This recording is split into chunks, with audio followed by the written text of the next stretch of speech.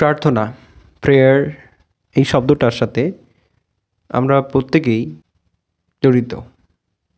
প্রত্যেকটা মানব জাতি প্রার্থনা বা প্রেয়ার এই শব্দের সাথে জড়িত। আমরা সেই ছোট্টবেলা স্কুল থেকে শুরু করে বড় হয়ে মন্দির যাওয়া এবং মসজিদ যাওয়া এবং গির্জায় যাওয়া, চার্চে যাওয়া, প্রয়োজন পড়লে প্রার্থনা এই শব্দটা বা এটা করে থাকি আমরা, মানে প্রার্থনা আমরা করে থাকি, তাই তো? সেই ছোট্টবেলায় যখন স্কুলে যেতাম সেই সময় আমাদের বেলা 11টায় বা সকাল 6টা বা 7টার সময় আমাদের স্কুলে প্রার্থনা হতো, তাই তো? লাইনে দাঁড়িয়ে প্রার্থনা করতাম, আমরা গান গাইতাম এবং সেই গানটাই ছিল আমাদের প্রার্থনা। আমাদের পশ্চিমবঙ্গে যে প্রার্থনা গাওয়া হতো, জাতীয় আমাদের যে সঙ্গীত, আর তুমি নির্মল করো মঙ্গল করে, এই যে দুটি গান আমাদের প্রার্থনা বিবেচনায় হতো।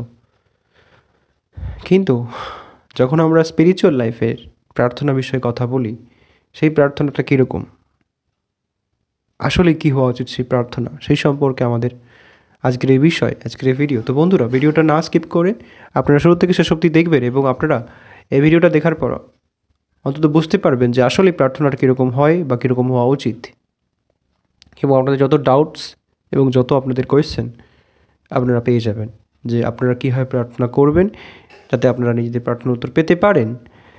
তো ফার্স্ট অফ অল আগে একটা প্রশ্নের উত্তর দিন। যখন আমরা ছোট ছিলাম, মানে আপনি আমি সবাই, যখন আমরা কিছুই জানতাম না, মানে আমাদের মধ্যে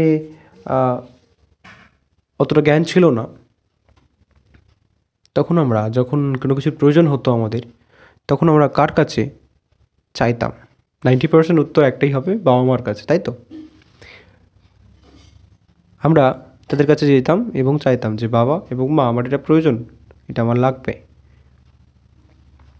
অনেক বড় হয়ে যখন আমাদের মধ্যে জ্ঞান আসে, আমরা জানতে পারি যে কোনটার মূল্য কতটা, কোনটা আমার বাবা মা দিতে পারবে বা পারবে না, তারপর আমাদের চাওয়া পাওয়াটা চেঞ্জ হয়। কিন্তু যখন আমরা একদমই কিছু জানতাম না, খুব ছোট্ট ছিলাম, তখন আমরা জাস্ট বাবা মার কাছে প্রয়োজন অনুযায়ী চাইতাম, সেটাই হলো প্রার্থনা। তাই জন্য বাইবেল বলে যে যতক্ষণ পর্যন্ত তুমি না একটা শিশুর মতো হতে পারবে, ততক্ষণ পর্যন্ত তুমি ঈশ্বরকে জানতেও পারবে না, তার ভালোবাসা এবং তার আশীর্বাদ কোনোটাই আপনি পাবেন না। ওই জন্যই বাইবেল বলে যে যতক্ষণ পর্যন্ত তোমার মন, তোমার চরিত্র শিশুর মতো না হয়, তুমি কোনোদিনই ঈশ্বরের আশীর্বাদের ভাগীদার হতে পারবে না। কারণ আমরা যখন নিজেদের পার্থিব বুদ্ধি দ্বারা প্রার্থনা করি, তখন আমাদের প্রার্থনার কিছুটা এরকম হয়, হে ঈশ্বর, তুমি আমাকে এটা দাও, তুমি আমায় ওটা দাও, তুমি আমার এটা করে দাও, তুমি আমার চাকরি করে দাও, তুমি আমার পরীক্ষায় পাস যেন হয়ে যায়, আমাকে অনেক টাকা পয়সা, এটা ওটা সেটা দাও, বলে আমরা আমেন বলি, তাই তো? এটা হয় আমাদের পার্থিব প্রার্থনা। কিন্তু ঈশ্বর ম্যাক্সিমাম সময় আমাদের এইসব প্রার্থনার উত্তর দেন না। এবং আমরা বলি যদি ঈশ্বর সত্যি হয়ে থাকতো, তখন প্রশ্ন ওঠে আমাদের মনে যে ঈশ্বর যদি সত্যি হয়ে থাকতো, তাহলে ঈশ্বর কেন আমাদের প্রার্থনার উত্তর দিচ্ছেন না? রাইট বন্ধুরা? যদি জানতে হয় যে কেন প্রশ্ন উত্তর দিচ্ছে না, ভিডিওটা শেষ অবধি দেখবেন, আপনার উত্তর নিশ্চয়ই শেষ পর্যন্ত পাবেন। সেকেন্ড সবথেকে বড় প্রশ্ন, যে প্রার্থনা কিভাবে করা উচিত, সঠিক পদ্ধতি, কোন সময় করা উচিত। অনেকে বলেন, আমাকে কমেন্টে জিজ্ঞাসা করেন এবং অনেকে কল করেন যে দাদা ভাই, কীভাবে আমরা প্রার্থনা করব, কোন সময় প্রার্থনা করার বেস্ট সময়? মেইনলি যে 3টে সময় রয়েছে, দিনের শুরু, দিনের শেষ, সব থেকে বেস্ট সময়। বাট আমি বলবো আপনাদেরকে, আপনারা যতবার নিঃশ্বাস নেন, যতটা মুহূর্ত আপনার শরীরের মধ্যে আপনার হৃৎপিণ্ড চলতে থাকে, ততবার মনের মধ্যে প্রার্থনা করুন।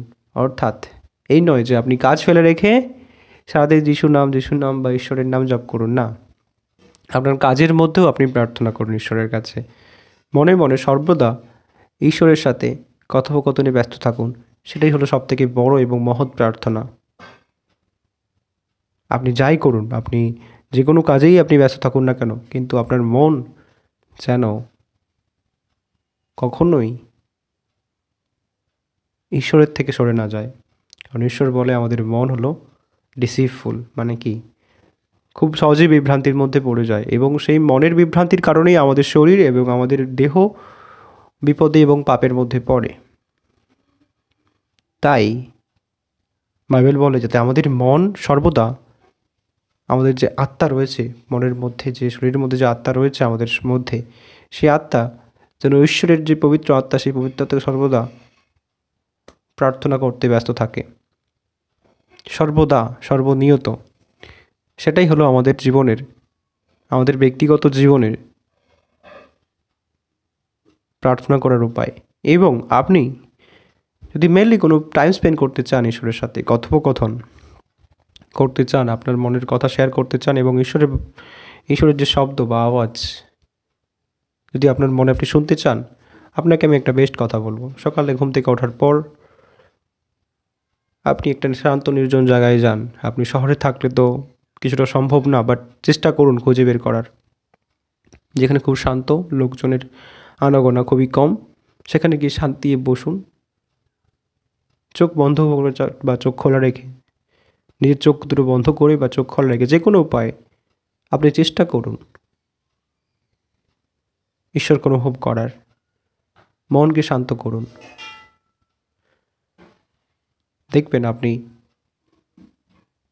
যখন তার অন্বেষণ করবেন নিজের মন থেকে,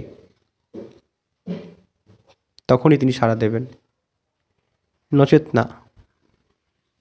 আর খবরদার সেই সময় নিজের বুদ্ধি বা জ্ঞানের প্রকাশ করবেন না।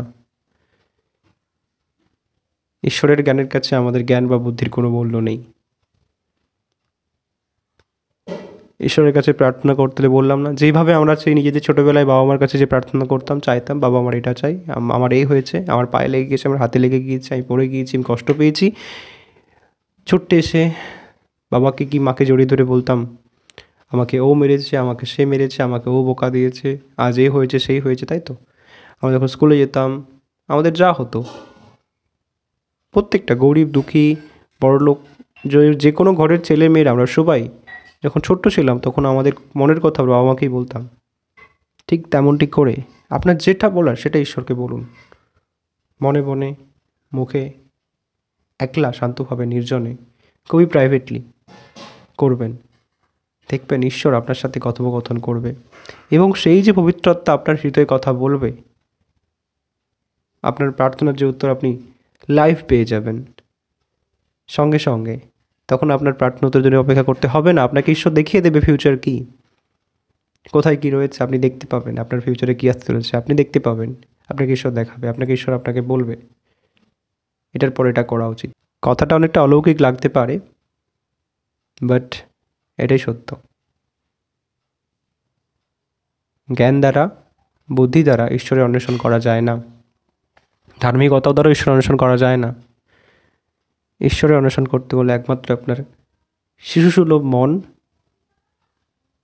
চরিত্র এবং ঈশ্বরের কাছে নিজেকে শিশুর মতো প্রেজেন্ট করতে যতক্ষণ না পারবেন, ততক্ষণ পর্যন্ত কোনো দিনই